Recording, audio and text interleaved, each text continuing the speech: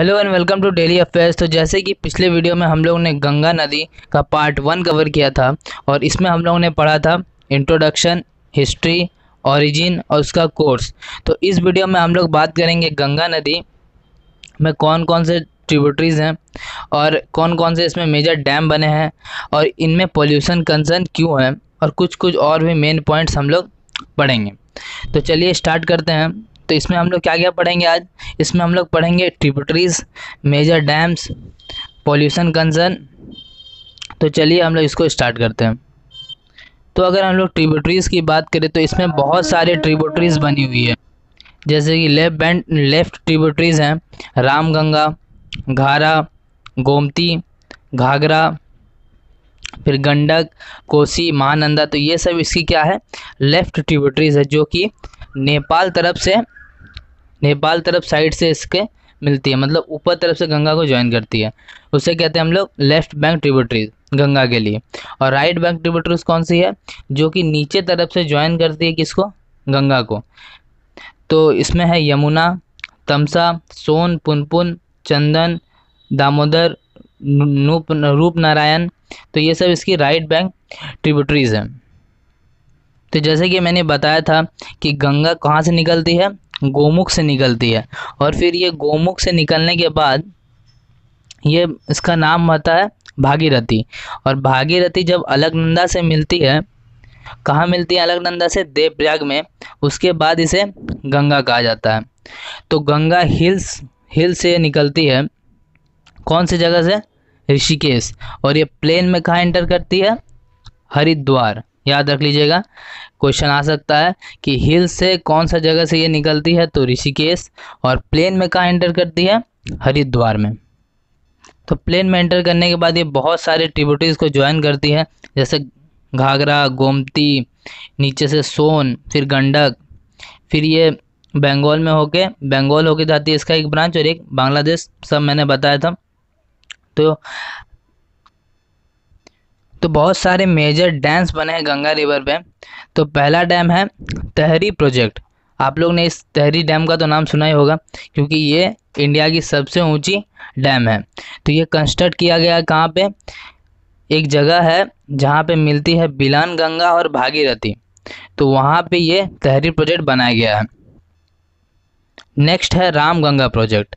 तो Ramganga project Ramganga river पे बनाया गया है और ये एक ट्रिब्यूटरी है गंगा की। टनकपुर प्रोजेक्ट। तो ये एक टनकपुर जो कि उत्तराखंड में है, वहाँ पे इसको बनाया गया है। कौन सी नदी पे बनाया गया है?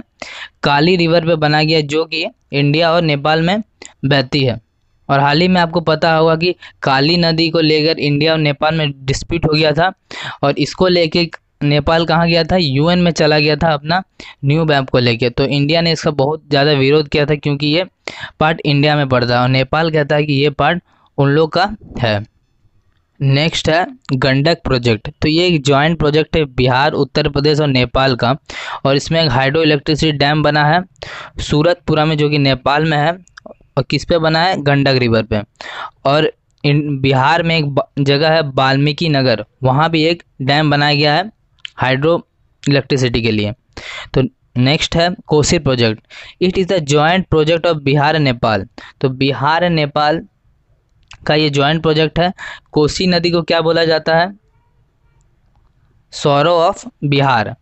तो ये मेनली फ्लड कंट्रोल के लिए बनाया गया है, क्योंकि बहुत बार हम लोग देखते हैं कि बिहार में फ्लड आ जाता है, तो अगर इस कोसी नदी में पानी बढ़ जाती है तो इसीलिए इसका यही उद्देश्य है कि ये फ्लड कंट्रोल कर सके।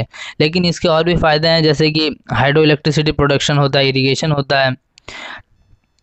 तो नेपाल ने इस पर एक डैम बनाया है एक जगह पे, इसका नाम है कतैया। तो यहाँ से वो इलेक्ट्रिसिटी प्रोड्यूस करती है।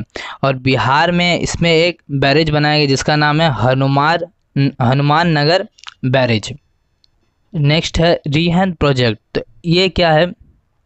ये बनाया गया है पिपरी में, जो कि सोनभद्र डिस्ट्रिक्ट में है, जो कि कहाँ है? उत्तर प्रदेश में। और ये कौन सी रिवर के ऊपर बनाया गया है? जैसे कि रिहंद प्रोजेक्ट से आपको पता चल रहा हो कि ये रिहंद नदी पे बनाया गया है, और ये एक ट्रिब्यूटरी है। कौन सी रिवर की? सोन रिवर की ये ट्रिब्यूटरी है। ये गंगा की ट्रिब्यूटरी नहीं है, ये सोन नदी की ट्रिब्यूटरीज है। और नेक्स्ट अगर बात करें तो बनसागर प्रोजेक्ट बनाया गया है कौन से स्टेट के जॉइंट वेंचर से, वह एमपी, उत्तर प्रदेश और बिहार। और कौन से नदी पे इसको बनाया गया है, सोन नदी पे बनाया गया है। और ये सोन नदी पे कौन से डिस्ट्रिक्ट में बनाया गया है, तो शहडोल डिस्ट्रिक्ट है, यह है मध्य प्रदेश में। यहाँ पे ये एक डैम बनाया गया है जिसका नाम है बनसागर प्रोजेक्ट या फिर बनसागर डैम भी बोल सकते हैं। मातातिला प्रोजेक्ट या फिर Matatila dam, it is the joint project of Maharashtra और उत्तर प्रदेश। कौन से रिवर पे, बेतवा रिवर पे, और ये उत्तर प्रदेश में स्थित है। ये मातातिला डैम, याद रख लीजिएगा इसको, इम्पोर्टेंट डैम है ये। तो नेक्स्ट है चंबल प्रोजेक्ट।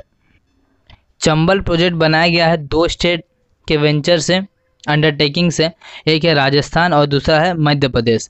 तो आपको नाम पता होगा इसका, राणा प्रताप डैम, बहुत ही फेमस डैम है, जो कि भाटा, जो कि एक जगह है, वहाँ पे इसे बनाया गया और इसे इनोग्रेट किया था कब, 1970 में। और इस प्रोजेक्ट के अंदर 2 और भी डैम बनाया जा रहा है जिसका नाम है गांधी सागर डैम, जो कि मध्य प्रदेश में है, और जोहार सागर डैम, जो कि राजस्थान में है। नेक्स्ट देखते हैं दामोदर वैली कॉरपोरेशन, जिसको हम लोग डीवीसी के नाम से भी जानते हैं। तो दामोदर नदी को क्या कहा जाता है, इसे बंगाल का शोक कहा जाता है। जैसे कोसी नदी को बिहार का शोक कहा जाता है, दामोदर को बंगाल का शोक कहा जाता है। तो ये डैम में बहुत ही इम्पोर्टेंट है क्योंकि ये फ्लड कंट्रोल करती है बरसात के मौसम में, और इससे हम लोग इरिगेशन फैसिलिटी, बहुत सारे एनर्जी जनरेशन भी हम लोग इससे करते हैं। तो यहाँ लगभग 30 से 40% एनर्जी बंगाल को इसी डीवीसी से मिलती है। और ये it is design on the line on the Tennessee valley authority, TVA इन USA। तो ये एक USA की कंपनी डिज़ाइन की थी जिसका नाम है TVA, जो कि USA में है। तो इसके सहमति या फिर इसके डिज़ाइन को देखकर ही इसे बनाया गया है। अगर हम लोग गंगा में पॉल्यूशन की बात करें तो Ganga one of the most polluted river है इंडिया की। तो जैसा कि हम लोग जानते हैं कि बहुत सारे इंडस्ट्रीज़ का वेस्ट इस रिवर में डाल दिया जाता है, ह्यूमन वेस्ट इसमें डाल दिया जाता है। तो कुछ भी, कोई भी फैक्ट्री इस गंगा नदी के किनारे बनी हुई है, वो अपना इंडस्ट्रियल वेस्ट जो बहुत हार्मफुल है ह्यूमन के लिए, वो लोग इस नदी में बहा देते हैं। तो ये इंडिया की लार्जेस्ट रिवर है और ये बहुत ही पॉल्यूटेड रिवर है। तो यहाँ देखिए, आप एक यहाँ पिक्चर देख पा रहे, देखिए कितनी पॉल्यूटेड रिवर है। यहाँ देखिए गंगा घाट है और इसके सामने कितनी पॉल्यूटेड है। यहाँ रोज़ हज़ारों लाखों टन गंदा यहाँ फेंका जाता है। तो अगर हम लोग बात करें तो गंगा हम लोग को प्रोवाइड करती है 40% पॉपुलेशन को पानी, और वो एस्टीमेट है लगभग 500 मिलियन पीपल। तो 500 मिलियन पीपल को बस गंगा से पानी मिलता है। तो आप समझ सकते हैं कितनी इम्पोर्टेंट रिवर है इंडिया के लिए। तो इसे साफ़ रखना हमारा बहुत ही दायित्व है कि हम इस गंगा नदी को साफ़ रखें। तो इसके तहत ही मोदी गवर्नमेंट ने 2014 में एक प्रोग्राम लॉन्च किया जिसका नाम है नमामि गंगे प्रोग्राम। तो इस इनिशिएटिव में क्या है कि गवर्नमेंट अपने तरफ से बजट निकालेगी और गंगा को साफ़ करने के लिए बहुत सारे मेजर लेगी। तो आप देख रहे हैं बहुत सारे एफर्ट गवर्नमेंट कर रही है गंगा को साफ़ करने के लिए। तो ये अच्छी बात है क्योंकि ये बहुत ही इम्पोर्टेंट रिवर है हमारे लिए। तो अगर हम लोग उसकी एक बहुत ही अच्छी प्रजाति जिसे हम लोग गंगा डॉल्फिन कहते हैं, ये यहाँ पाई जाती है, और ये इकलौती डॉल्फिन है जो कि रिवर में पाई जाती है। तो इस डॉल्फिन को डिस्कवर किया गया था 1801 में, और ये डॉल्फिन पहले गंगा, ब्रह्मपुत्र, मेघना, नेपाल, बांग्लादेश पूरे में फैली हुई थी। लेकिन अभी क्या हुआ है, पॉल्यूशन और बहुत सारे कारणों की वजह से ये अब एक्सटिंक्ट होने के कगार में है।